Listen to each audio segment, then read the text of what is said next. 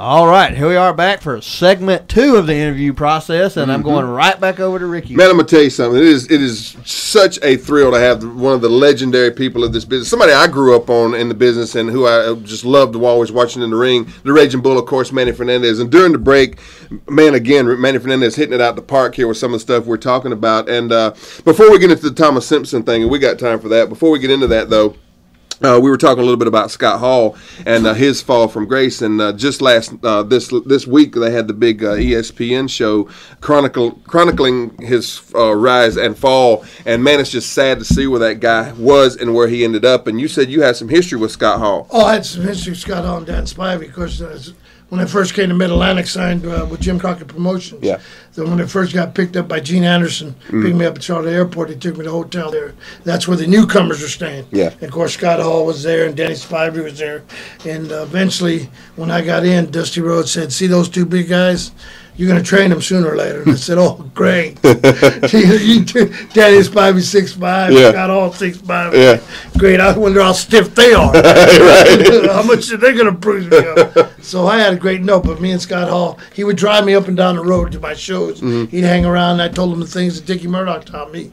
I said, just watch the matches. Do what I did. When Dickie would tell me, just stay up there and watch the matches, tell me what's going on, tell me what you like and didn't like, tell me what you think you would do or not do. And that's what I told Scott. And as we got along, he started learning that process. Yeah, I'm gonna tell you something, man. That guy, one of the just natural talent. I mean, really, just easy to watch in the ring, and it always just seemed like he could have been the next Hogan or the next, whatever, Flair or whatever. And I hate to see these guys, and it seems like more and more guys are following the path that he went down instead of the path that you went down. I mean, you're still healthy and still good, still in the ring, and these guys are dying. What's going on? It's the thing about in the 80s, everybody did their own thing. Everybody did something. Yeah. Everybody in pro wrestling did something, whether 80s, 90s, 2000s, whatever. Yeah. Whatever drugs they decided to pick on. But the thing about the guys that did it back then, or before me too, they were so private, they were so professional, and they were so proud of being a pro wrestler that they didn't let it get out in the public. Yeah. It was kayfabed, it was covered up, it was whatever was done. Yeah. It was covered up. Nobody knew about it. Right. But now everything's so public.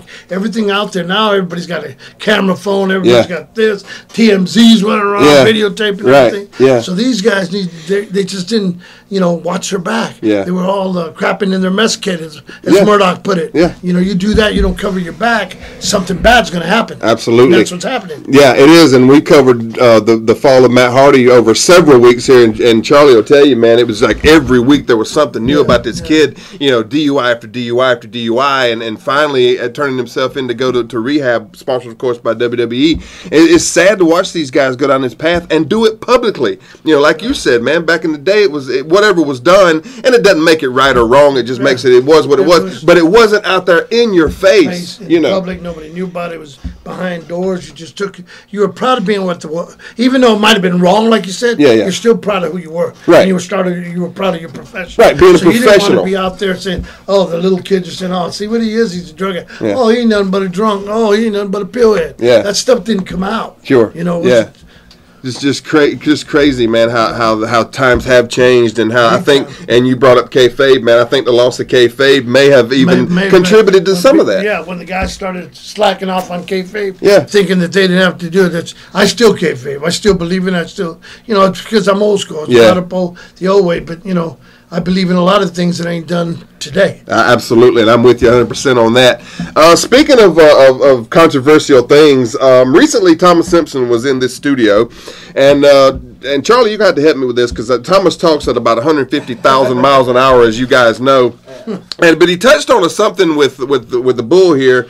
Basically, there was some accusation of disrespect, from what I remember. Is that right, Charlie? Right. He was saying that you and he had an altercation, and that you had called him names, was running him off, and everybody was siding with you instead of him, and he just wasn't going to be disrespected. Let me ask you one question. Yeah. One simple question: was anybody parts broken? Anything on it was bruised up when he was in here? No. He didn't have an altercation. Bottom line is this. Here's the bottom line. Okay, good. Okay, when I went and served my country, yes, I served for the right for people to have freedoms to do whatever they wanted to do. The freedom of speech, the freedom to do and be free of anything else, especially communism. Yeah. Okay?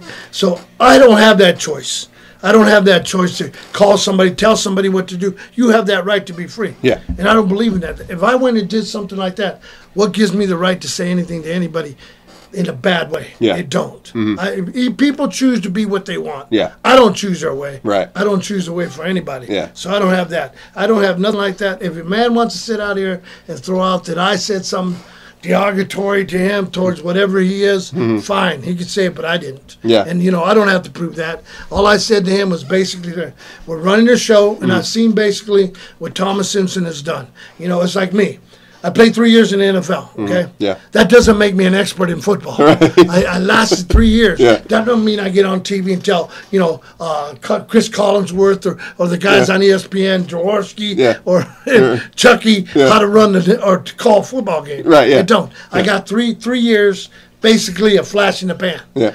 Thomas Simpson was the same with pro wrestling. Same thing. He got up with a guy named Joe Pedicino. Yeah. He was young then. He remembers me that day when I came in and stuffed a tortilla in the guy's mouth because he was drunk and got in the ring with me, so I beat the heck out of him and stuffed him full of tortillas. Okay, Thomas Simpson remembers that. Yeah. Okay, he got a minute with Omega when he created the Hardys and met Shane. Yeah. He had his minute, limelight and everything. Yeah. Okay, that's your flash in the pan. Right. That's who you are. Yeah. Okay, that doesn't mean it lasts forever. Yeah. I can't go around and tell people, "Oh, I played Kansas City Chiefs," Yeah. and no, I'm done. Yeah. 3 years, I was gone. Right. I don't beat that drum. Oh, I did this. It's not that. You keep beating the same drum of what you did.